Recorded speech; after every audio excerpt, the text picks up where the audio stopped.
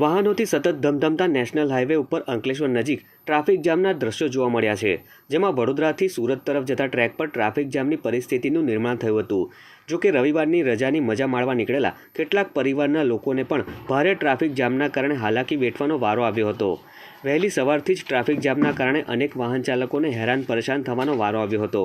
તો બીજી તરફ પોલીસ વિભાગ દ્વારા પણ દરેક પોઈન્ટ ઉપર ટ્રાફિક જવાનો અને પોલીસ કર્મીઓ ગોઠવી યોગ્ય પગલાં ભરાય તો ટ્રાફિકની સમસ્યાનું મહદ અંશે નિરાકરણ કરી શકાય તેમ છે.